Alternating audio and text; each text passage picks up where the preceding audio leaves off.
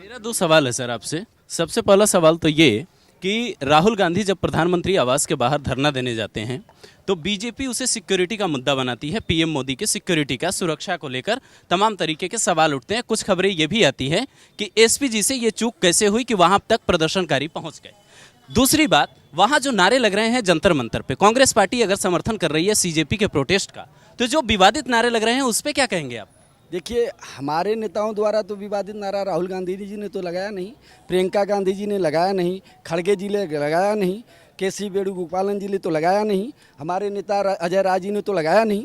अगर नारा ये जनमत है और हम सबके मुंह पे तालाबंदी नहीं कर सकते जिस तरीके से देश की सरकार करना चाहती है या प्रदेश की सरकार करना चाहती है। अगर कोई साइड में कोई नारा कुछ लगाता हो तो उसके जिम्मेदार कांग्रेस के लोग, विपक्ष के लोग तो नहीं हैं। सीजेपी के मंच से ये नारा लगता है कि सीता मैया का नाम लेकर, आपने बाकी वीडियो सुना होगा। दूसरा नारा लगता है, वहां पे जो पोस्टर लगते हैं वो आज़ाद कश्मीर के पोस्टर लगते हैं। आखिर इन बातों पे कांग्रेस का स्टैंड क्या है? नहीं, इसमें ये तो सवाल आपको सरकार से करना चाहिए। कांग्रेस का स्टैंड होना चाहिए अगर समर्थन आप दे रहे हैं छात्रों के आंदोलन। हम तो अपने देश का हिस्सा मानते हैं कांग्रेस को। बिल्कुल।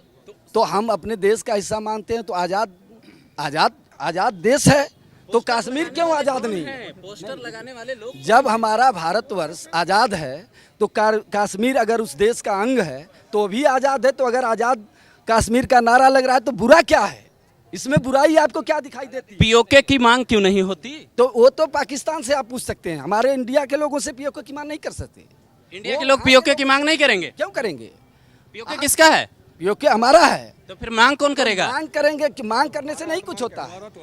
हमारा तो है ही। अरे तो लगने चाहिए ना पीओके की। हमारा तो है ही है, हम क्यों मांग करेंगे? देश का प्रधानमंत्री हमारा भी है जितना बीजेपी के लोगों का है, इसलिए हम प्रधानमंत्री का नहीं, हम उसकी गलत नीतियों का विरोध करते हैं।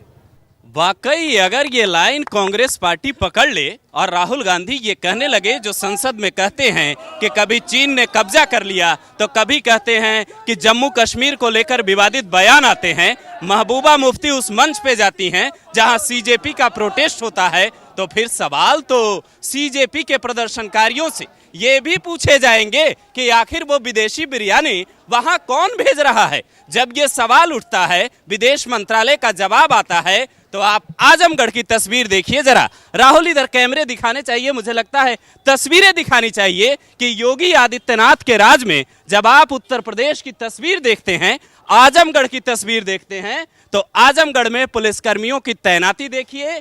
कांग्रेस पार्टी के लोग जो प्रदर्शन करने आए थे उनकी संख्या देखिए और ये समझने की कोशिश करिए कि आजमगढ़, जिसे समाजवादी पार्टी का गढ़ कहा जाता है, वहां किस तरीके की स्थिति बनी हुई है।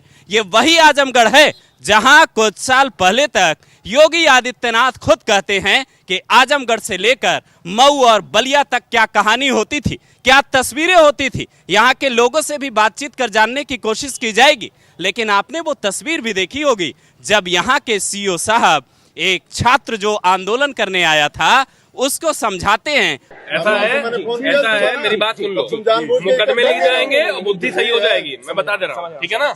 मुकदमे लिख जाएंगे, एकदम सही हो जाएगा दिमाग। टाइम सर थोड़ा सा एक्सटेंड कर लीजिए। कोई टाइम एक्सटेंड नहीं, सारे बच्चे दूर दूर से आ रहे हैं। बिल्कुल जाइए, अपने घर जाइए, बिल्कुल अपने घर पे करिए जो करना है। चलोगे हवालात में, बच्चे तो चले जाएंगे। ठीक है, चलिए बस हो गया। ये कैंसिल कर दिया है सर। अगर इसको सर अगर मेरे यहाँ आप भेज देते तो मैं इसको वो आपको मैंने फोन बताया, सर ये मेरे यहाँ मैं अभी हमारा दिमाग खराब हो गया है क्या? हमारा दिमाग ज्यादा खराब हो गया मुझे लग रहा है, ठीक है ना? और बाद में जब ये मीडिया कैमरे पर सवाल उठते हैं, उनसे भी बात करने की कोशिश की जाएगी, तो वो कहते हैं मैं तो छात्रों को समझा रहा था। लेकिन उत्तर प्रदेश में उग्र प्रदर्शन का अंजाम क्या होगा, आप इन तस्वीरों से अंदाजा लगा सकते हैं।